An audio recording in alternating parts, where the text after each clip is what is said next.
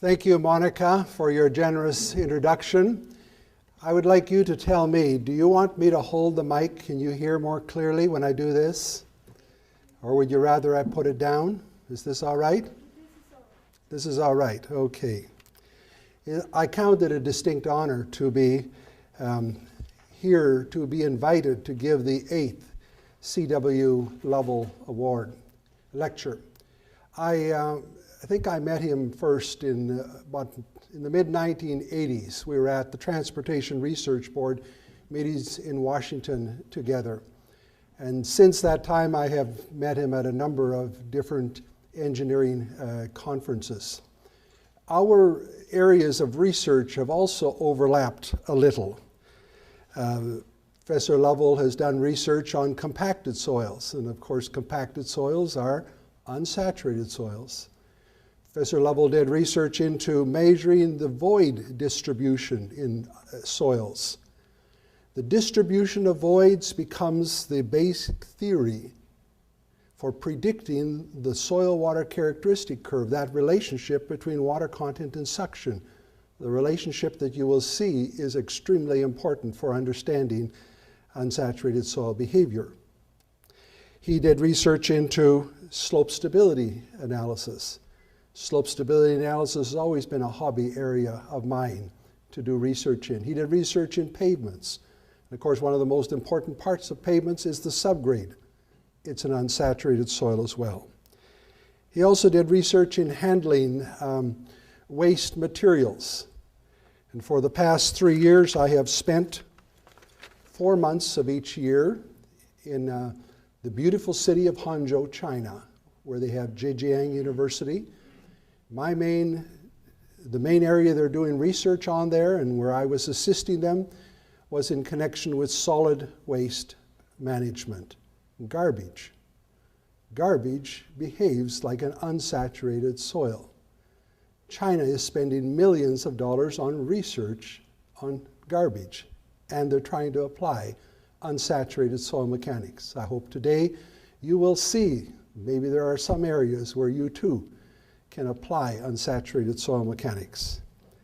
The title of my presentation, Paradigm Shifts to Facilitate the Practice of Unsaturated Soil Mechanics.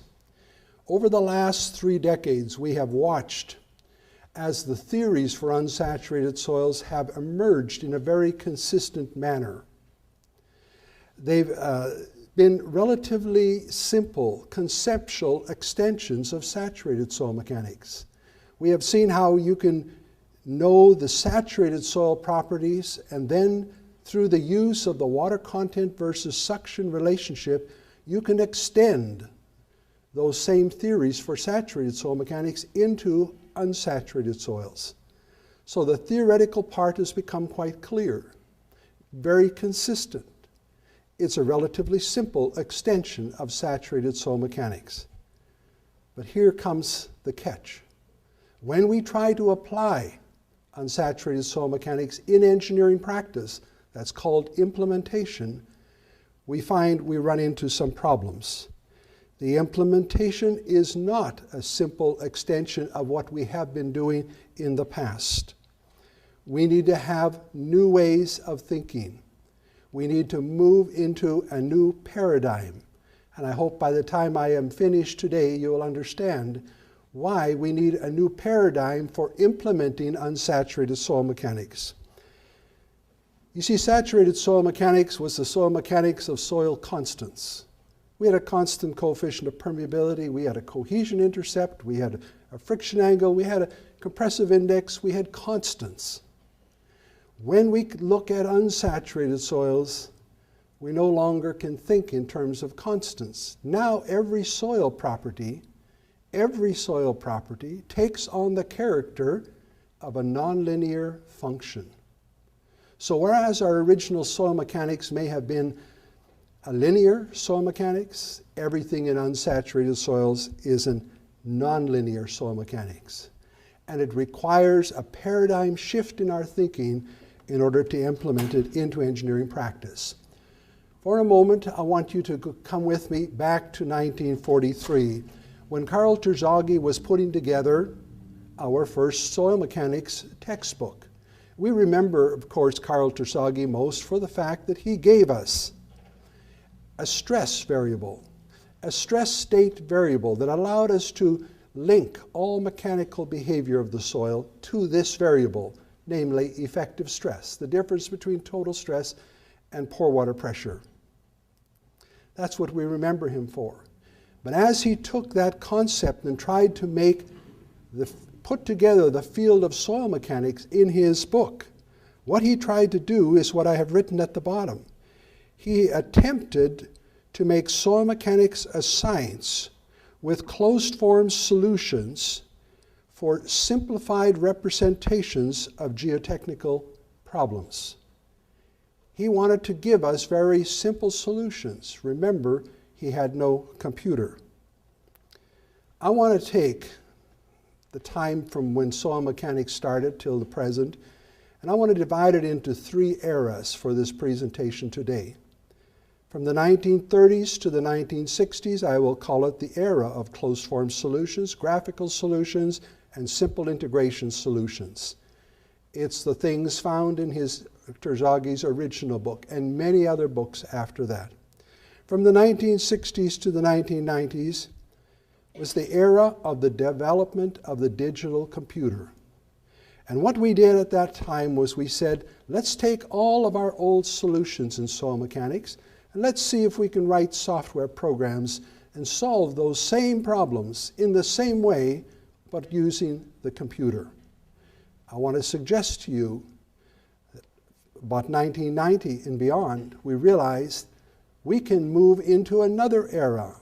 We can handle our soil mechanics problems in a very different way because of the power of the digital computer. And this becomes particularly important for when we look at unsaturated soils problems. Let's go back to the 1930s to the 1960s. When I say we had closed-form solutions, just you can remind yourself of the slope stability charts you had. A simple closed-form solution for a simple slope stability problem. The application of Darcy's law, calculation of our volume mass properties. We used flow nets, simple graphical solutions for solving seepage problems in a homogeneous isotropic material. Simple integration, so we could calculate the one-dimensional settlement and the rate of settlement that would occur as a result of consolidation. That consolidation theory was sort of the pinnacle of classic soil mechanics. And we divided our soil strata into layers and then used simple integration. We also used a method of slices for simple slope stability analysis. Our seepage problems can be shown here. We divided them into 2 categories, or I should say Casagrande did. He said we have confined flow problems and we have unconfined flow problems. You'll notice the red line that divides the 2 here. Why did he divide them this way? Because he did not understand the physics of this portion above the water table. It's the part that could become unsaturated. You see, Terzaghi's soil mechanics didn't have anything about unsaturated soils. So when it came to solving this seepage problem, he didn't know the boundary condition to use. So he made an empirical boundary condition. We know now, today, we must quantify all of our boundary conditions, and then we solve these problems. Because we solve our problems now as saturated, unsaturated seepage flow problems, we no longer need the categorization of confined and unconfined flow. Unconfined just meant you did not know the boundary conditions. Our slope stability can be summarized in one simple graph like this. Here was the consolidation theory, where we could predict the rate and the amount of settlement. Simple integration. Then the 1960s to the 1990s. I was a young professor at university at that time. I remember an older professor who was retiring said to me, you know, if I was a young professor at university, what I would do, I would try to take some of the soil mechanics problems and solve them on this thing called the digital computer.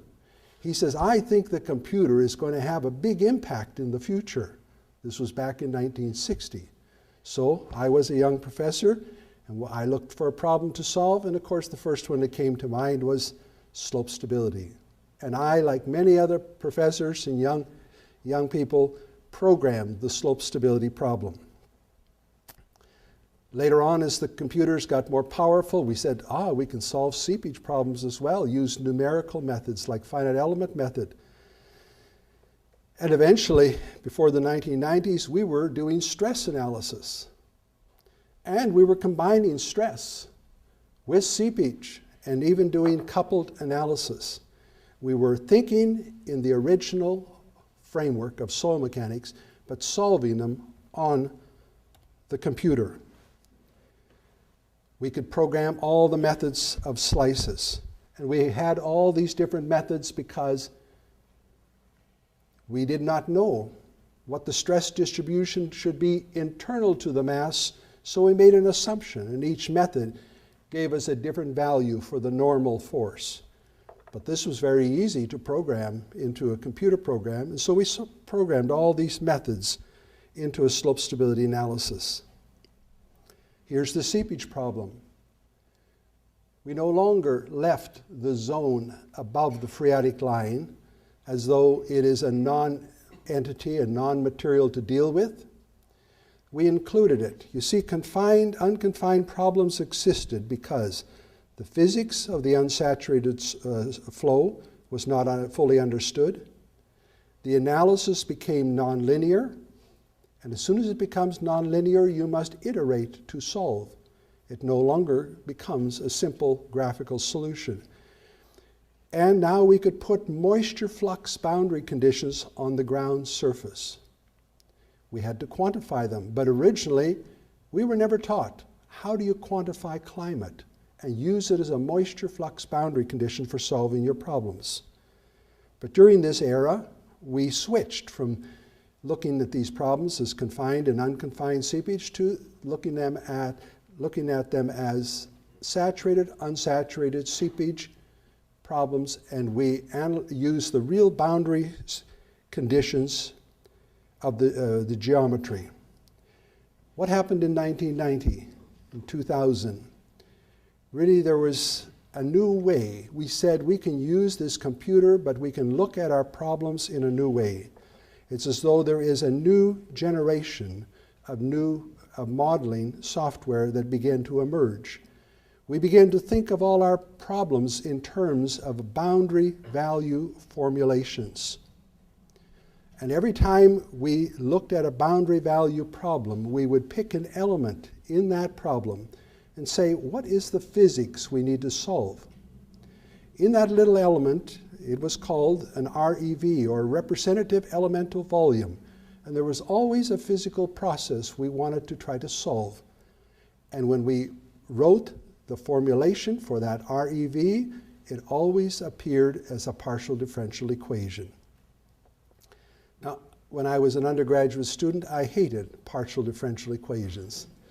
You know that if I was starting to teach over again, I think I would start by showing my students an REV and showing them how to derive a partial differential equation for moisture flow, for stress analysis, for heat flow, for every physical process we want, and teach the students how to read and understand partial differential equations.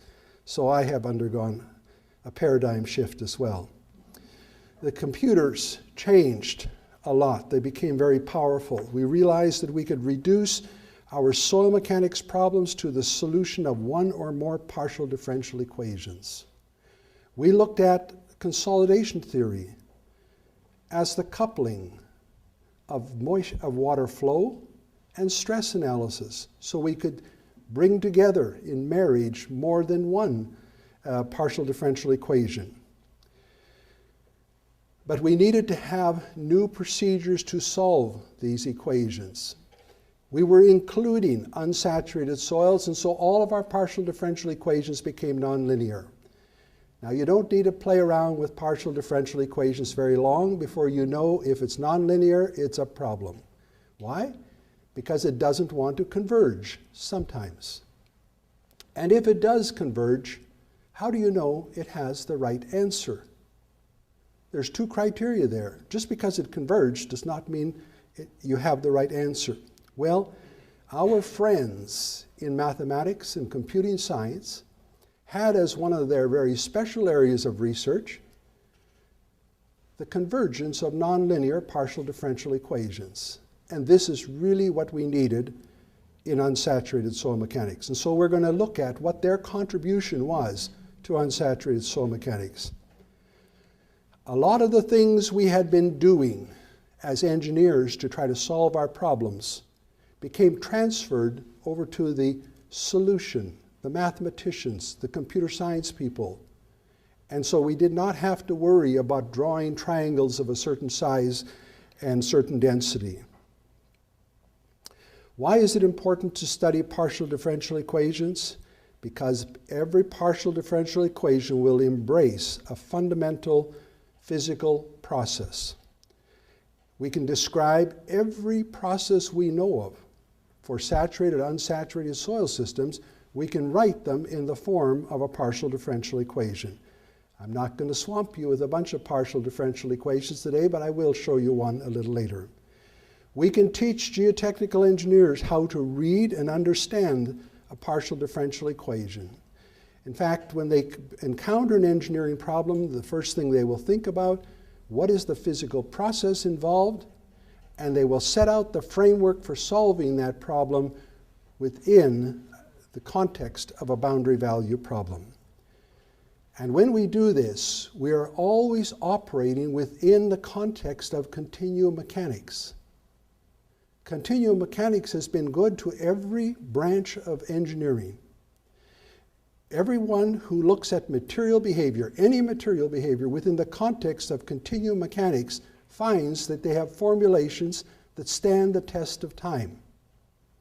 And so it's very important to do things that are consistent with continuum mechanics. And that's what I am proposing we do when we develop our partial differential equations. Partial differential equations for saturated and unsaturated soil mechanics problems are solved as a boundary value problem using a finite element numerical technique. I realize there's other numerical techniques, but I will mainly focus on the finite element method. We have seepage analysis, and then we can attach to that our chemical transport, contaminant transport analysis. We have stress analysis. And we can start to look at some of our old problems, like slope stability analysis, as really a problem involving stress analysis. And I suggest that in our minds we should separate the difference between stress analysis and stress deformation analysis. Because stress analysis are easy to do. Stress deformation are difficult. But some of our problems are just basically stress analysis. Slope stability, bearing capacity, lateral earth pressures are predominantly a stress analysis. I will mention those a little more later. We can implement more elaborate models, elastoplastic models, and then we combine our stress, strain, and our shear strength models together. We can look at geoenvironmental, and this is important when we are dealing with unsaturated soils because our ground surface is not subjected to an isothermal condition. The temperatures are changing, and where I live, they are below the freezing point much of the year. We have freeze-thaw analysis, heat flow through saturated, unsaturated soil systems. And when we combine heat flow with moisture flow, we have what we call our soil atmospheric models, including vapor flow. Every process mentioned here, you can write a partial differential equation for it. We have uncoupled analysis that are becoming very common. We solve the water pressure flow in a natural slope, and we import those pore pressures into a slope stability analysis. They're two independent analyses. They are uncoupled. We even take stresses by switching on gravity and take the stress distributions and import them into a slope stability analysis. Calculate our normal forces. We have new methods then to do slope stability analysis. But we also have some problems that are coupled. That means coupling has a special meaning for geotechnical people. It means you're going to take more than one partial differential equation and you're going to solve it simultaneously. That's different than combining two analyses. Coupling has special meaning. We have the coupling of seepage and stress deformation to give us our consolidation theory. So we think of consolidation theory a little differently than in the original soil mechanics. We also apply it to swelling soils and collapsible soils. We can have a coupling of a seepage analysis, partial differential equation, and a heat flow partial differential equation. We can combine seepage and the heat flow and the stress analysis, and we get some of our frost heave models. So when we think of certain processes that are of interest to us in soil mechanics, we think of them in terms of combining one or more partial differential equations. What's the primary challenge that we actually face in trying to teach soil mechanics at our universities? We still have the concepts and principles of soil mechanics that were formulated in the 1930s, and they still have a strong influence on how soil mechanics is presented in our textbooks. But the computer is more active outside the university sometimes in consulting firms than it is in the university. And so our students graduate and then they realize that in the consulting industry, we are already thinking in terms of boundary value type formulations. The computer has revolutionized the way we view and we solve our soil mechanics problems, and consequently there's a gap between geotechnical engineering practice and what is taught in soil mechanics at universities. This is a picture that was sent to me as a brochure, an advertisement, where they were going to combine the effects of the environment with soil mechanics. And they showed three distinct zones. Under this line is the saturated portion. It is saturated soil mechanics that we apply here. Above the ground surface is the environment.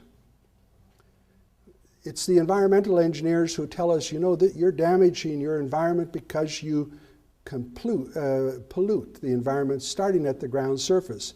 But it must go through this zone in between here, the vadose zone, the unsaturated soil zone, the forgotten zone to many people, but a very important zone because the unsaturated portion has a phenomenal capacity to buffer what you put on the surface and to impede the movement, because the permeability or the hydraulic conductivity is changing dramatically throughout this region.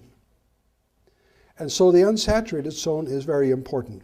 I want to suggest to you today that there was two very important issues that were omitted from classic soil mechanics. They were omitted because there was reasons why we couldn't include them when Terzaghi put soil mechanics together. Moisture and thermal flux boundary conditions were omitted. Look in your soil mechanics books. They'll tell you for a seepage problem, you can put on a head boundary condition, and you can put on an impervious boundary condition, zero flux. But when you come to ground surface, what do you put on? Our ground surface always has water is either going up or water is coming down. Precipitation when it's falling, or evaporation and evapotranspiration. It's happening all the time at our ground surface. We live in a world that has a real moisture flux boundary condition.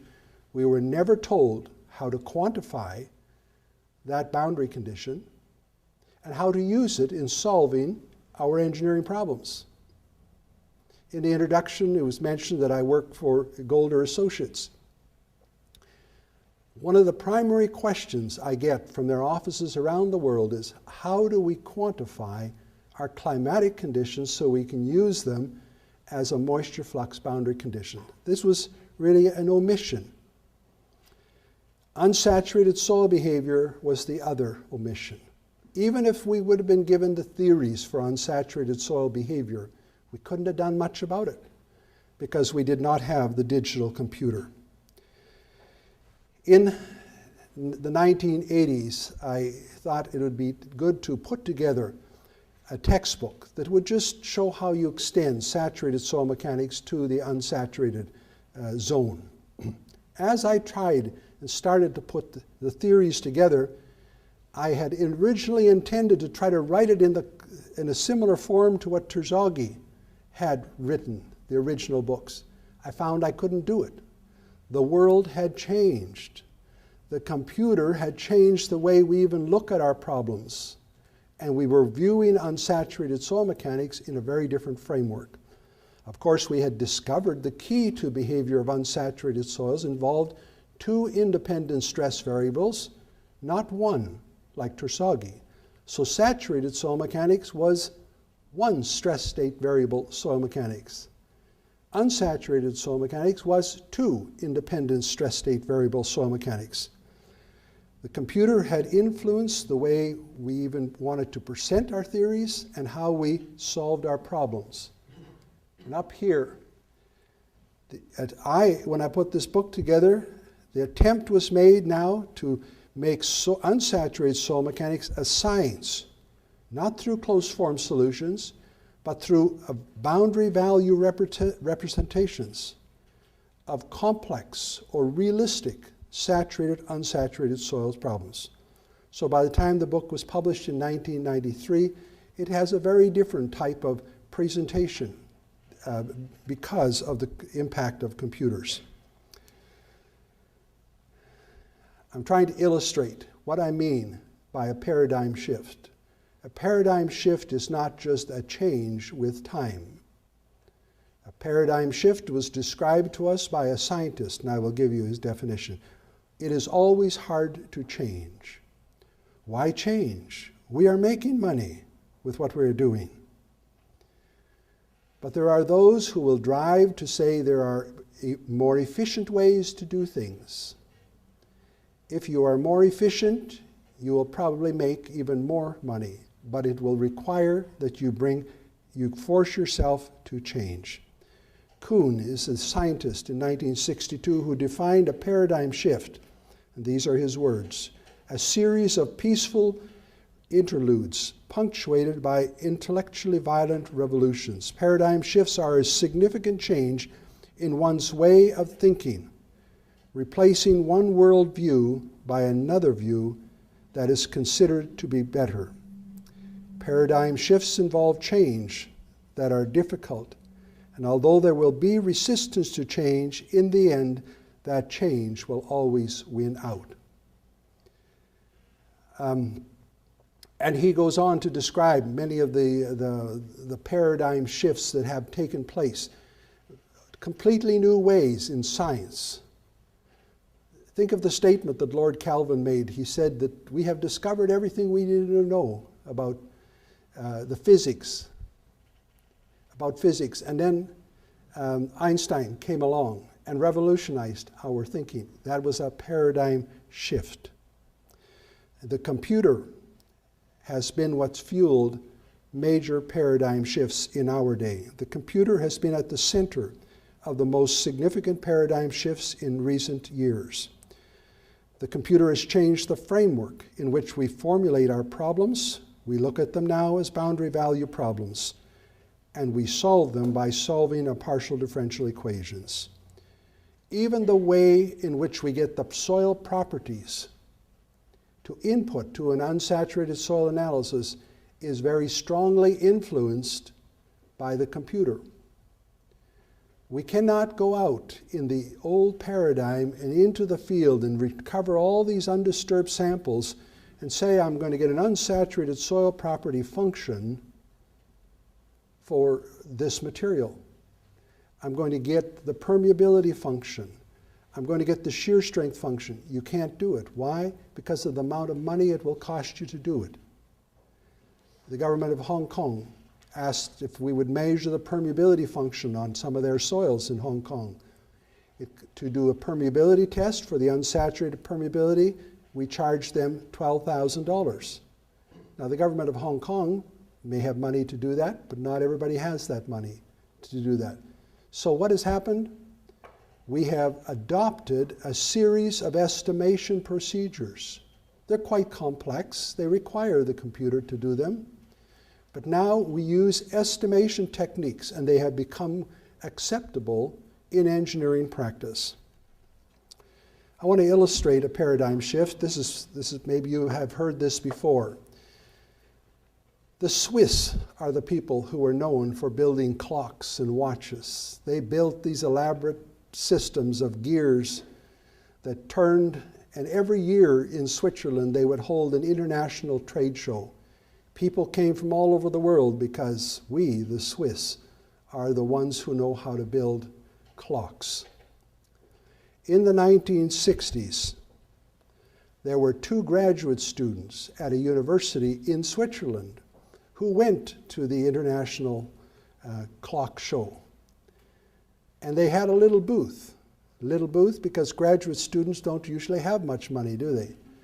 And so at their little booth, they had a crystal, and they were demonstrating how you could use a quartz crystal and the pulse of it to tell time. You know that everybody came around there pretty well, mocked them, made fun of them. These students think they're going to tell time with a quartz crystal. Nobody seemed to pay attention to them except some people who had come all the way from Japan. They spent almost all their time at this booth where these graduate students, the Swiss graduate students, were demonstrating how you could tell time with a quartz crystal. The Japanese went home, formed a company, Seiko, sold their first watch in 1969, and the rest, you know the rest of the story. Interesting, the telling of time with a quartz crystal was known in 1880. All these years elapsed. Nobody could make the paradigm shift. It very often requires a new generation to come along, and this is one of the benefits of students. Students can sometimes think outside of the box that we are captive in. I want to illustrate just a few slides here of all the different ways, or some of the ways, in which the computer has impacted the way we practice geotechnical engineering. We go into the field, we keep our log notes on an electronic device. We can transmit it back to the office. We enter our lab results onto data sheets. We use Excel spreadsheets, word processors. We have our graphics software. All these packages now we want to be able to transfer information clearly from one to another. We have knowledge-based systems to store our past information and our databases, especially for unsaturated soils, where we can make use of thousands upon thousands of previous tests that have been run on the water content versus suction relationship for many soils around the world. We can use that database to do mining to find the properties we want. We use the computer for our numerical modeling, for our communications, our PowerPoint, and our virtual libraries. I saved up thousands and thousands of books over my career. I was very proud of my library until I came time to retire. I asked the University of Saskatchewan if they wanted my books, and they said, no, we don't want your books. I realized that I was caught in a change here. We now are looking at the computer for so much of our information. I typed in the words, unsaturated soil mechanics, and I got almost 42,000 hits on the computer. I find at my job that the people I work with, they don't come to my library to look up for information. They go to the computer. More amazing to me was the fact that on this word, soil water characteristic curve, we got 466,000 hits. Now, when we wrote the book on unsaturated soil mechanics, we coined that word. That's in 1993. There's already that many hits on it. We have changed the way we retrieve information.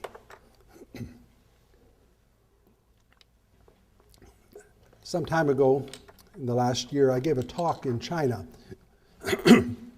to undergraduate students at a university. And I asked them this question. I says, how do you think engineers did their calculations before the invention of the digital computer? How do you think the structures people did their calculations? Or for building a dam, how did we do our calculations? There was no response. I asked if they knew what a slide rule was. Raise your hand if you know what a slide rule. To my amazement, there was not one student, undergraduate student in China at this university that had ever heard of a slide rule. Now, when I entered engineering, first thing I had to do was go out and buy a slide rule. One generation later, that has been so wiped out that our students don't even, many of them don't even know what a slide rule is. If we are going to have, I want to talk about a science that we can apply, we can implement into engineering practice for unsaturated soil mechanics. I believe that science must have three important pillars. I have focused primarily on numerical modeling, and I will still say a little bit more about it. But numerical modeling is not everything. I need to be able to get my soil properties, and I need to go into the lab to measure soil properties. I have a number of occasions had a phone call saying, I want to get involved in unsaturated soils. What equipment do I buy first? The answer is very clear. You must buy a piece of equipment that allows you to measure the relationship between water content and suction in the soil. One or more pieces of equipment. That is your first piece of equipment and the most important piece of equipment you will require. Because once you have that relationship, you will not have the unsaturated soil properties you want, but you will have an indirect measure that you can use to predict and estimate the properties you want. And then the third part here on top is our consulting engineering protocols. In other words, these are our engineering practice procedures. Sometimes we jump into engineering problems, but we don't lay out and publish what is the right way for a prudent engineer to solve these problems. And when we don't do that, we end up in court cases because somebody else says, I would have done it a different way. So we need to establish engineering protocols for all of our classes of problems. I want you to think about looking at soil mechanics as the solution of a series of partial differential equations. Every area I'm aware of can be viewed as the solution of a partial differential equation. Water flow, stress analysis, stress deformation. Let me describe what I mean. We cannot go out and solve all the problems of the world, but we can select boundaries around our problem. And on these boundaries, we can estimate what we should put on it. Estimate something that is reasonable on that boundary. But before we do that, we pick this element in here. It's called an REV. And we're going to write a partial differential equation that embraces the physics of that little problem. Once we have figured it out for an REV, then we will transfer to a finite element. Could be a triangle, a rectangle. I've now gone from the REV to the element. Then I go from the element to the element next door, and I fill everything out to the boundaries here, and I solve it as a finite element problem. But I must put on every boundary, I must put a boundary condition. Now for the seepage problem, if it's a two-dimensional problem, this is your partial differential equation. It doesn't matter if the soil is saturated, if it's unsaturated. It doesn't, this equation will apply for all situations. And we can derive this in a few steps for our students. We tell our students water flows as a result of a head gradient, a hydraulic head gradient. So the variable we want to know in here is hydraulic head, H. What are these other parameters? This is a soil property, this is a soil property, and this is a soil property. Our conductive type problems, they will have one variable that describes the ease of flow, another one which describes storage. This will be the storage of water. How would you get the storage variable of water? You will take the water content versus suction relationship, and you will differentiate it. When you differentiate it, you get the slope. M2W is the slope of the soil water characteristic curve. How will you get the permeability, the hydraulic conductivity? You will take the saturated coefficient of permeability and you will integrate along the soil water characteristic curve, and you will get your permeability function. There's not only one way of integration, there's several ways of integration, so we have several different proposed permeability functions. But they all involve, every estimation technique for a permeability function involves the integration along the soil water characteristic curve. They all rely on the soil water characteristic curve. So you see why the soil water characteristic curve becomes the most important variable to measure? You could be solving a heat flow problem. I would say, show me your soil water characteristic curve and I will give you your soil properties for it, your unsaturated soil properties. There is no unsaturated soil property that I cannot estimate if you give me the saturated values plus the soil water characteristic curve. So if you're an engineer in practice and somebody phones you up and say, I have this problem involving unsaturated soils, what do we need to measure? You can tell them the answer before you know what their problem is. You can tell them, you need to know the soil water characteristic curve. So you take that partial differential equation and you want to be sure, because you see those soil properties are nonlinear. You want to be sure that when you solve it, it's going to converge. The mathematicians can put criteria on that equation that will ensure two things, that it will converge and it will converge to the correct solution. When they are done, you will see a triangular mesh that looks something like this. But you're not interested in that triangular mesh. You're interested in the contours of head. That's what you wanted. You were solving the partial differential equation for head. In fact, you don't care about that mesh at all. You don't need to input it. You should have nothing to do with it. All the ideas behind the finite element mesh can be transferred from you as a geotechnical engineer to the mathematical solution.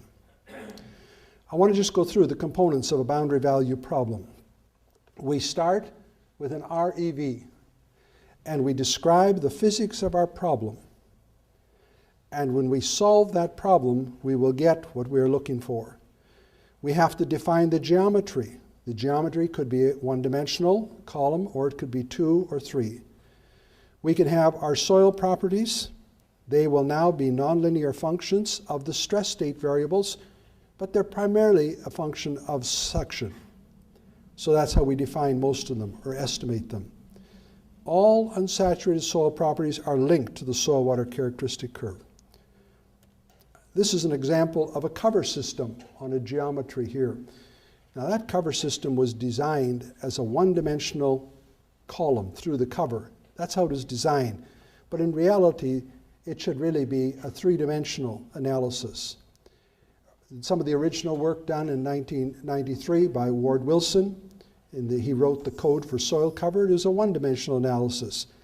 And then Aubertin and Roussier in Quebec, in 2003, they did two-dimensional analysis for cover designs. And now Bjorn Weeks has solved the problem for three-dimensional cover systems. There's really no difficulty in moving from two-dimensional to three-dimensional when all the mathematics is handled within a black box, even for the generation of your mesh. You have to put boundary value conditions on. And especially for the cover design. By the way, the number one problem that I have to deal with in consulting engineering in Golder is the design of cover systems, the verification that cover systems are working. This is the placement of soil covers over top of mine tailings, over waste rock, over solid wastes. We're studying how the climate will interact. We have to quantify the rainfall conditions, calculate actual evaporation. Now, almost all of the theoretical studies that have been done to calculate potential evaporation. That's the evaporation from a pan of water or where there's lots of water. Actual evaporation is going to be smaller because you see the sun is pulling the water to the sky through evaporation. The soil may hold on to it. So there's a fight between the sun and the soil. All you need is a soil layer at the surface that dries out.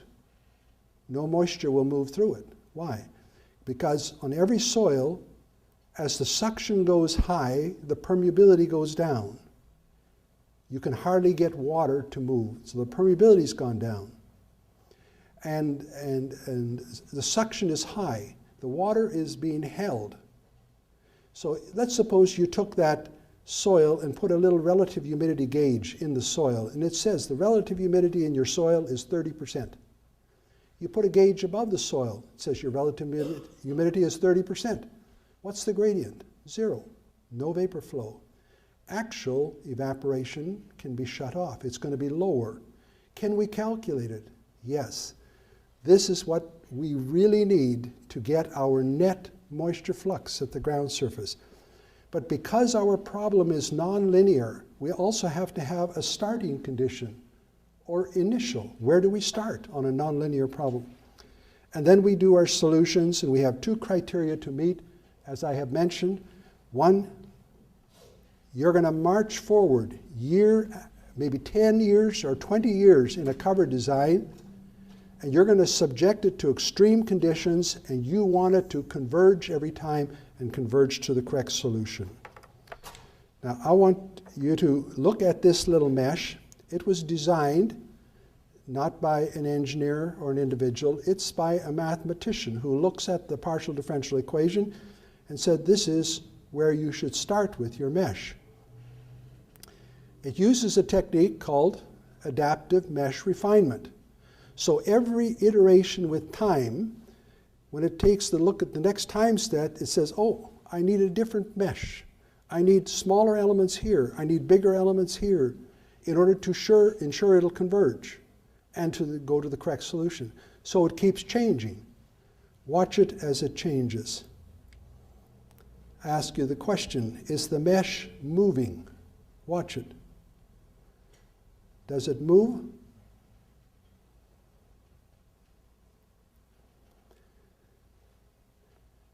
Actually, it's not moving.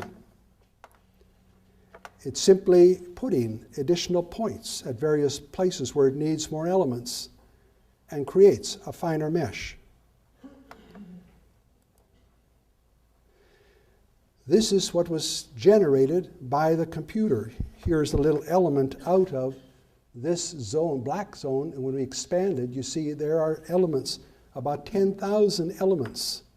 Why did it generate so many elements? It says because if you're going to put a plastic membrane in there that's got this a certain permeability, and you're going to model it in the soil, you need to have these size of elements in order to ensure that you're going to get the correct answer. So your whole mesh, we don't need to see it, but it's controlled by the mathematical solution. We can move from 2 dimensions to 3 dimensions very easily. It'll generate, if you have criteria for generating your mesh, your finite element mesh in 2 dimensions, 3-dimensional is almost the same. Here is a contaminant transport problem, and watch the plume as it moves towards the river.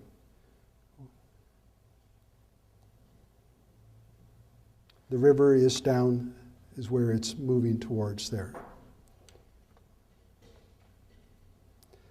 So that's the solving of the contaminant transport and the seepage problem.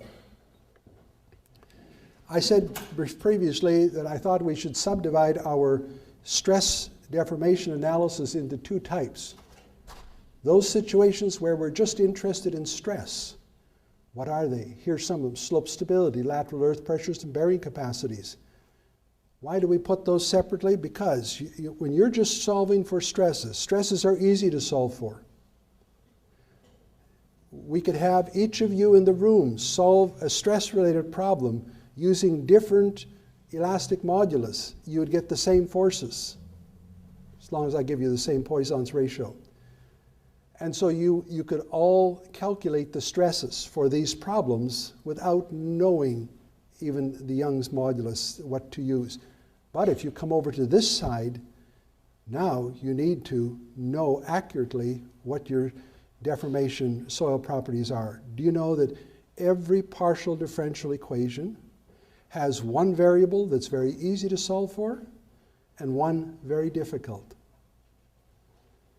Stresses are easy to solve for. Deformations are hard. When you come to a seepage problem, heads are very easy to solve for. Flux are very hard.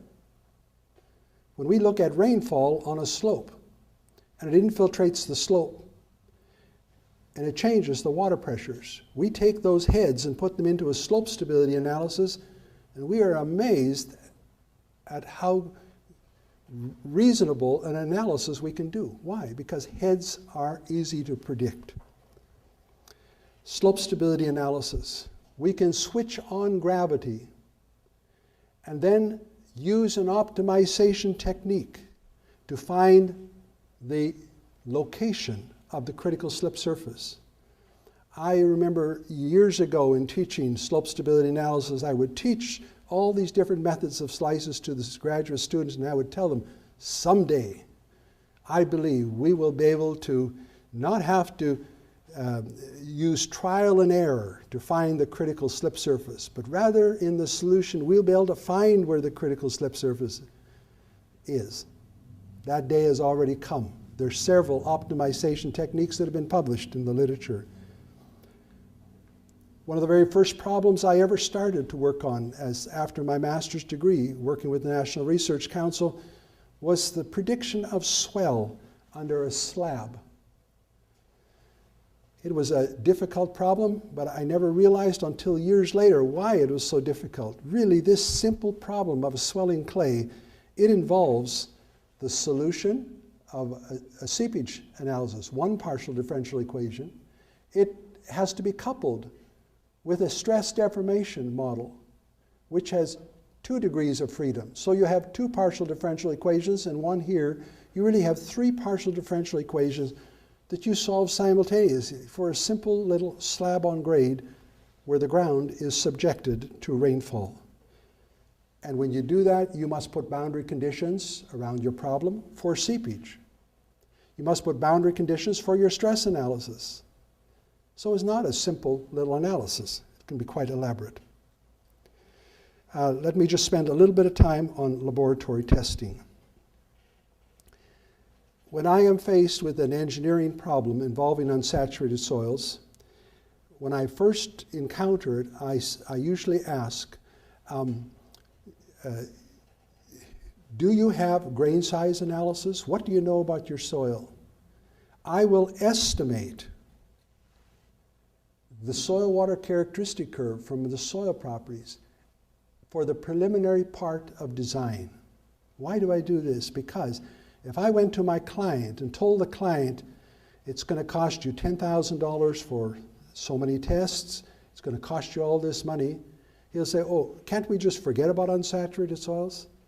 So what I do to get around this is I say, for part of the preliminary design, I will estimate the soil water characteristic curve for you, and once I have it, I can estimate every unsaturated soil property function for any problem.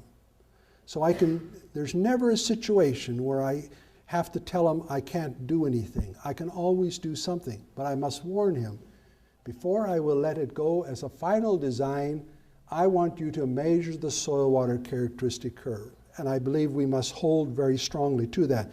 When we measure it, then we can estimate our soil properties.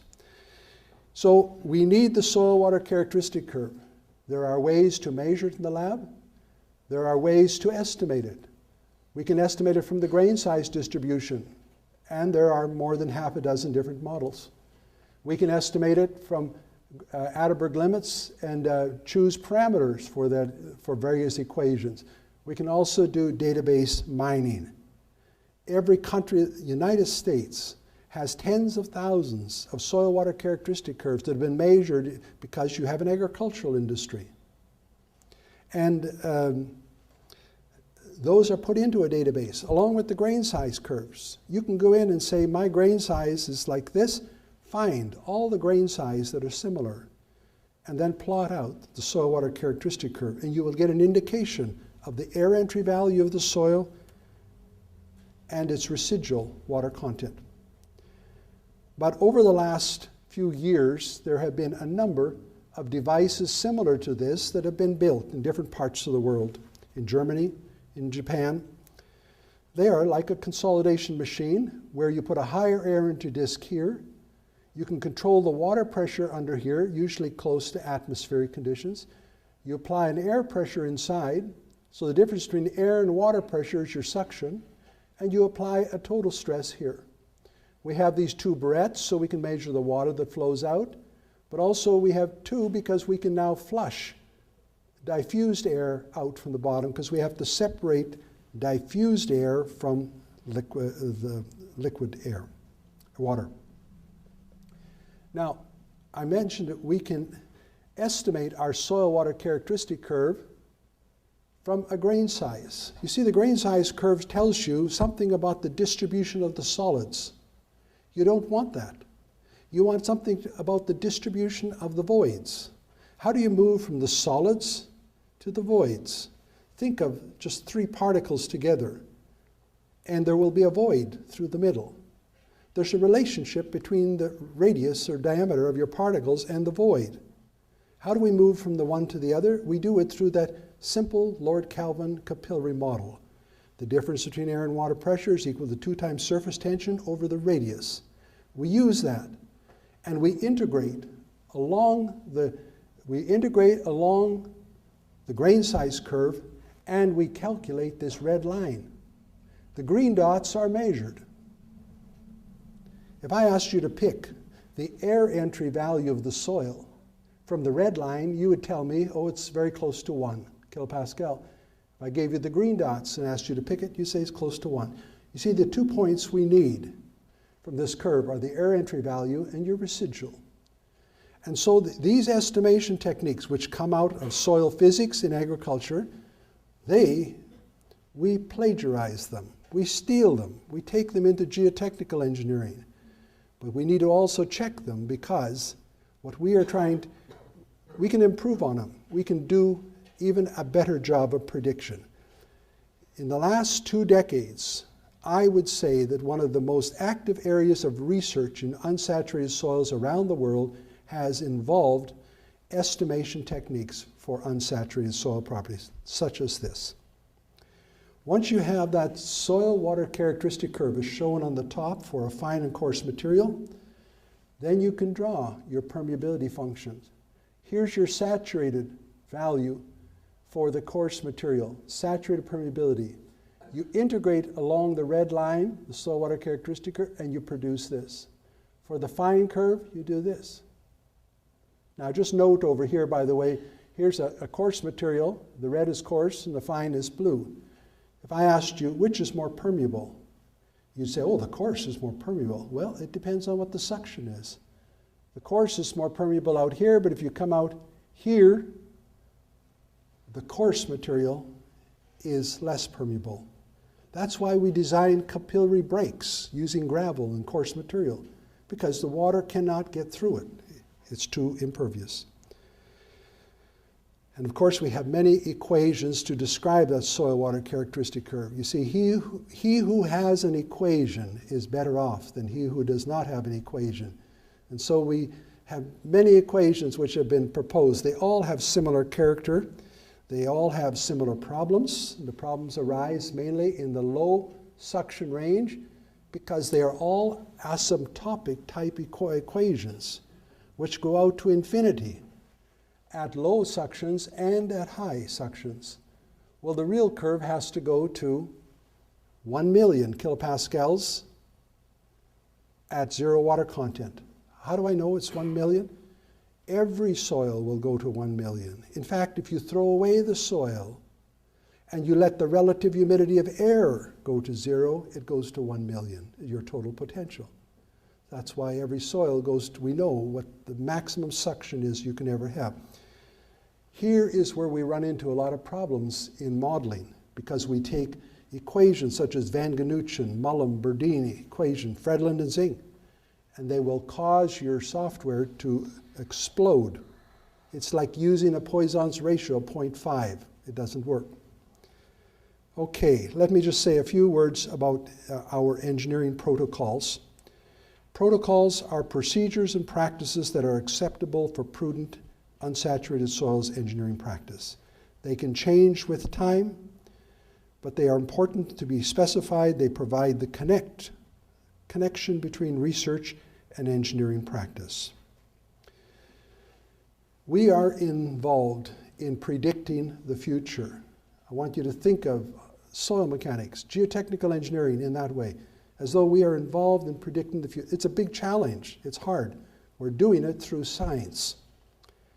It's difficult because the physics of the model that we are using may not be sufficiently rigorous. Input soil properties may not be sufficiently known or assessed. The initial conditions and the boundary conditions may not be sufficiently defined. And when we get our results out of the computer, we may not interpret them correctly. So it might seem as though this is an almost impossible task that we are asked to do, but we still need to do it. We need to do the best estimating we can do. I am reminded that there is someone else who tried to predict the future, and he said 640K ought to be enough for anybody. He made that prediction in 1981. He went on to become the richest man in the world. You know, I think in 1981 I could have made a better prediction than that. So there is hope for all of us. I want to leave you with this statement. I think that as researchers and practicing geotechnical engineers, we need to have a vision for innovation that can be used for engineering applications that involve unsaturated soils. We need to look at saturated and unsaturated as one continuum. We need to have a will to implement innovation, to change with time, to put it into practice for all of our so-called near ground surface problems. Remember, paradigm shifts are not predictable. They simply come unannounced. I listened in the last couple of months, I have listened to 2 lectures where they are predicting the future of geotechnical engineering in this area or this area. And I remind myself each time when I hear them, they are really predicting what are the gradual small changes that may take while staying in their paradigm. Where the real big significant changes come are where we move outside the paradigm and we see things in a whole new way. Thank you for the opportunity to do this presentation today.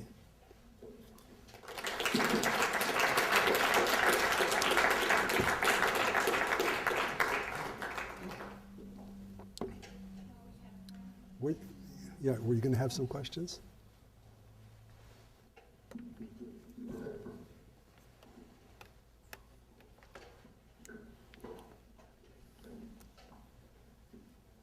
Anyone have a question you'd like to ask? Yes. I guess maybe what are some methods that you would recommend that could be used to implement, like practicing concepts or ways that the problems are approached within consulting in the classroom? The first part of your question again was what? You said... How would you recommend taking the way things are approached in practice into the classroom? In the classroom. I would say that there are a series of concepts basic concepts related to unsaturated soil mechanics. They are the differences between saturated soil mechanics and unsaturated, just like you put them side by side. I attempted to do that in the W lecture that was published in ASCE and tried to put them side by side. I believe you can take the concepts of unsaturated soil mechanics and you can present them at the undergraduate level. And they can start to learn to understand why unsaturated soils are different than saturated.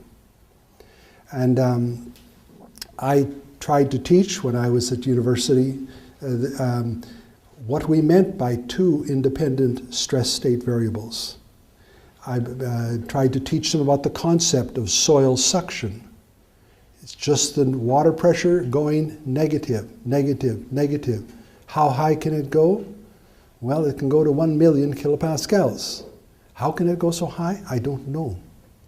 I don't know how it can get so high, but all I care about is the fact that if I go into the lab and measure it today, I get a number.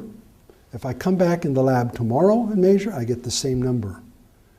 You know, that's what the electrical engineers all do about electricity flowing through their wires. They don't know what's happening, but they still do phenomenal things without understanding everything about it. So I don't understand everything about the high tension in water, but it's the concepts, I think, that are the most important to teach. And then what I do, like within Golder Associates, I have the Golder Unsaturated Soils group, and I just sent out an email to their, they have 150 offices around the world, and I said, who's interested in unsaturated soils? I had over 300 responses back. So we have the Golder Unsaturated Soils group. I says, tell me, what is your problem? I will tell you how I would approach it. And so it's helped a lot getting out of the university and getting, I've discovered there's a lot of problems out there that are not mentioned in my book at all. I need to rewrite the book.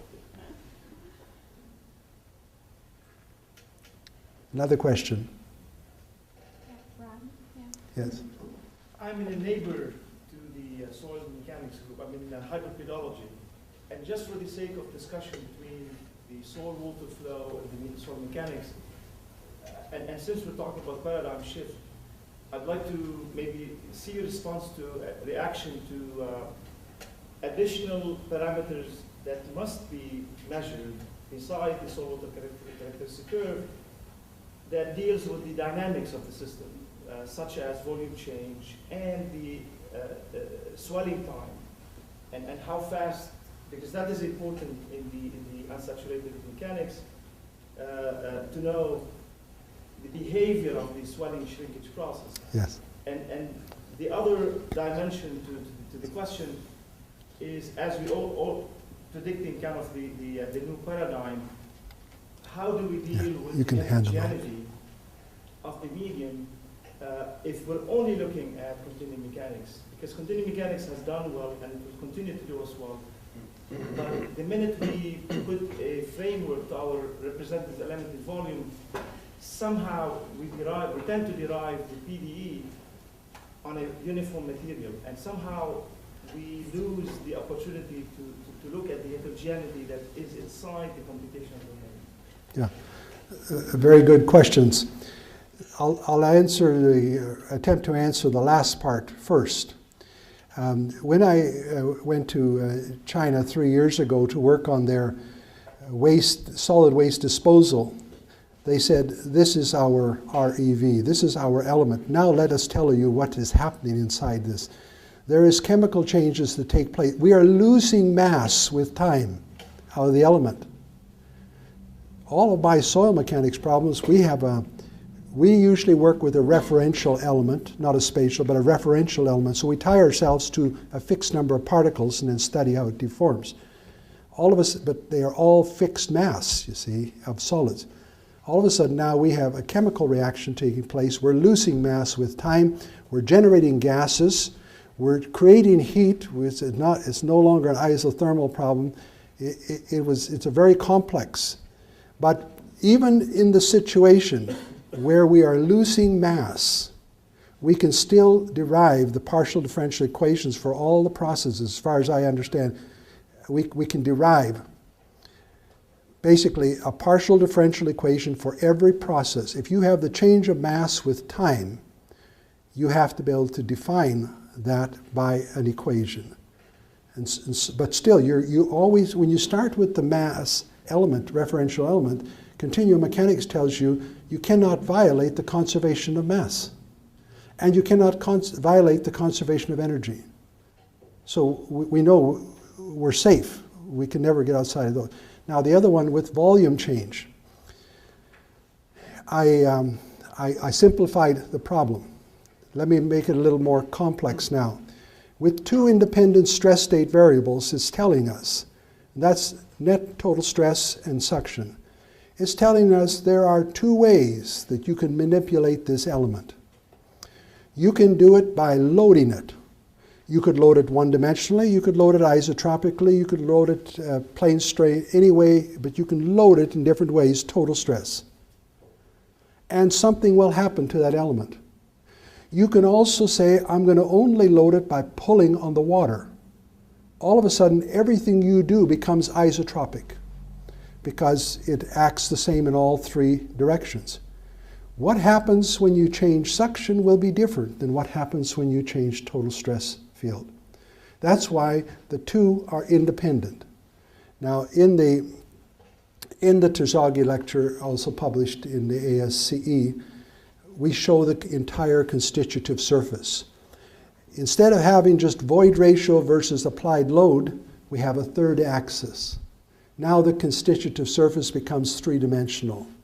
And you can describe what will happen for volume change when you change one variable, or volume change when you change the other. When you load, when you unload. See, there's another problem I didn't mention here today, and that is that every process we deal with, as far as water flow and stress, they're all hysteretic. When you dry and wet, it's not a one curve. There's a drying curve and a wetting curve. So unsaturated soil mechanics has got two independent stress state variables. It is nonlinear soil properties. Every soil property should not just be a function of one stress state variable, it should be a function of two because there can be volume change, you see. And they're hysteretic. This is what makes it complex. It's why we need the digital computer. Very good questions, though.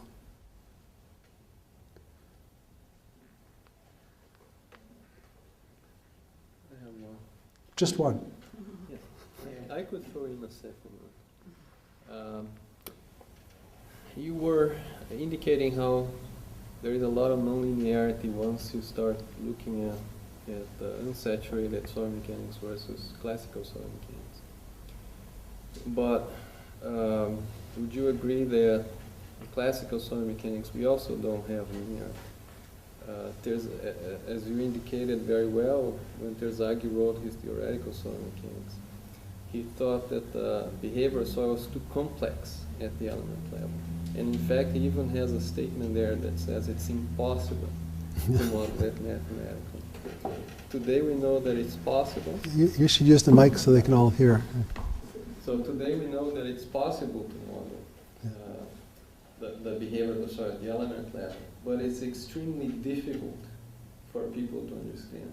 Very few people really understand that.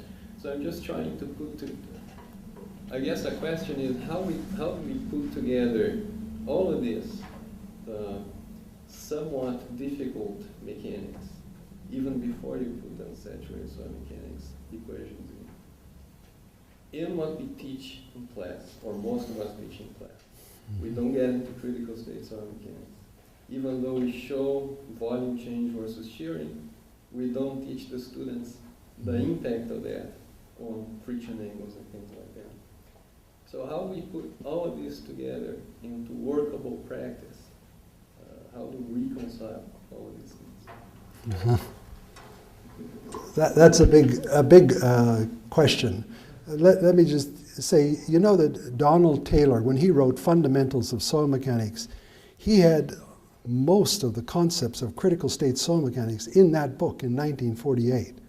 So, you know, it was one of the most popular books in the United States. So the concepts of critical state soil mechanics are still, you know, they're tied into a lot of the teaching that's done, I know, in the United States.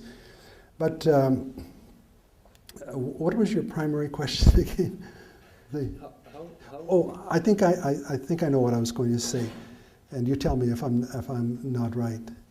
There, you know, Terzaghi realized the complexity, and then could turn around and figure out how to also make it as basic and simple as possible, so we could use it in engineering practice to some degree of reliability. And I think that's the genius of Terzaghi, to know what was the smart assumptions to make. And he was able to take nonlinear if you have a curve, try to plot it on a semi-log. Then we get a straight line, C sub C. He's linearized it now to a soil constant. And it's those things that he could do for seepage. He said, we know that permeability changes with void ratio. However, let's assume it's constant, a constant C sub V. And look at all we could do with a consolidation theory that we know is not rigorous. But there's some balance there between the rigorous, what we teach, and what we practice. And I think, in my mind, when I think of trying to practice unsaturated soil mechanics, I always keep that in mind, because we are doing a lot of estimating. And, but we're making money doing it. Golder would not ask me to come with them if they didn't think they could make money in this area. But let me just give you an indication. I started in unsaturated soil mechanics by looking at swelling clay problems, expansive soils problems, where if you get involved, you usually lose money. It's not a good problem. And then along came environmental concerns. All of a sudden, we are the people that understand the theory of consolidation equation, and we can figure out how to piggyback diffusion on top of it, and we can model the flow of chemicals through a soil. And so we inherited that environmental area and started to make a lot more money.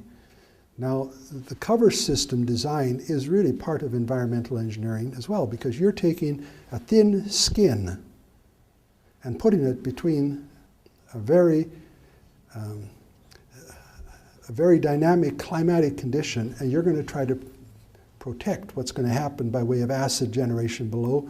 And you're going to try to, with this little soil cover. So it's subjected to very extreme conditions. And when you get into that analysis, you may have to make a lot of assumptions. And I don't know what my friends are assuming when they do it. And so we don't have standard engineering protocols. But the point I was going to get to is that most cover systems that we get involved with, we make our fees by the end are about $100,000. Well, you'd have to look at a lot of houses on expansive soils to make as much money on cover systems. And still it's saving the mining companies millions of dollars, because now they can reduce their money they put in the bank. I forgot what the word is, like collateral, the money they put up. I don't know if I answered your question.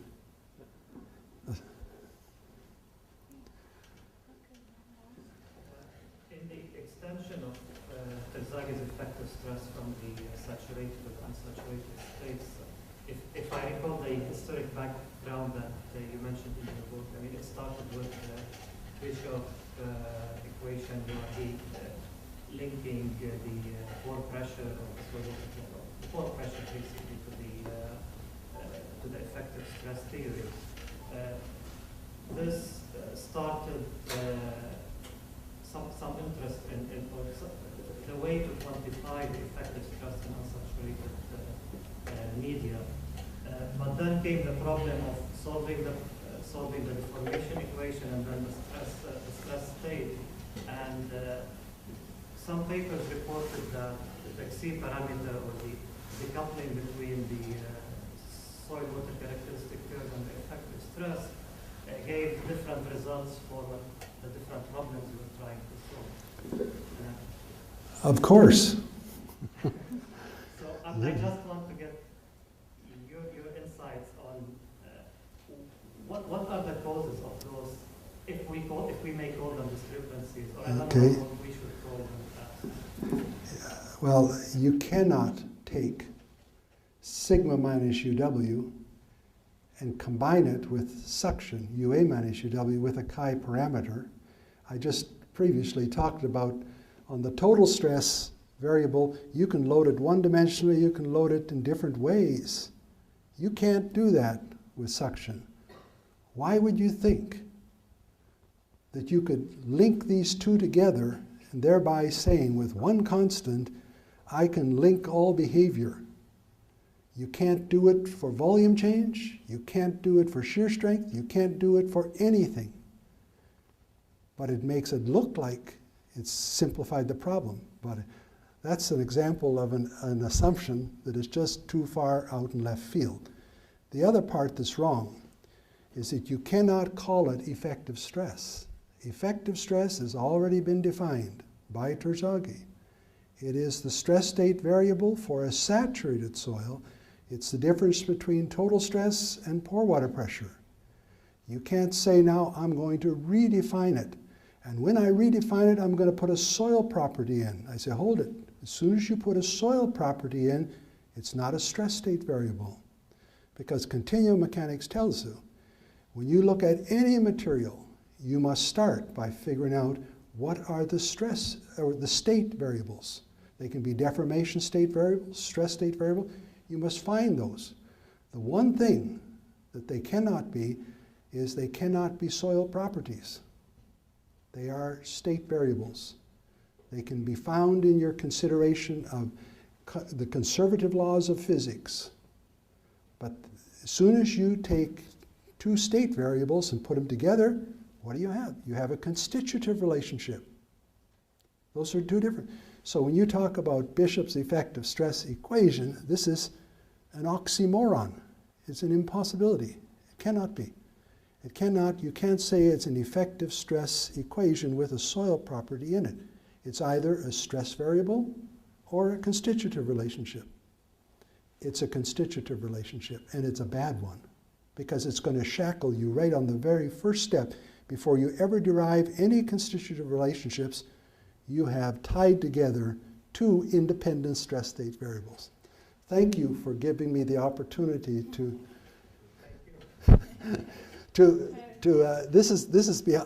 my entire book is based on two independent stress state variables. So really to illustrate that we can look at all of our problems as two independent variables rather than trying to link them together.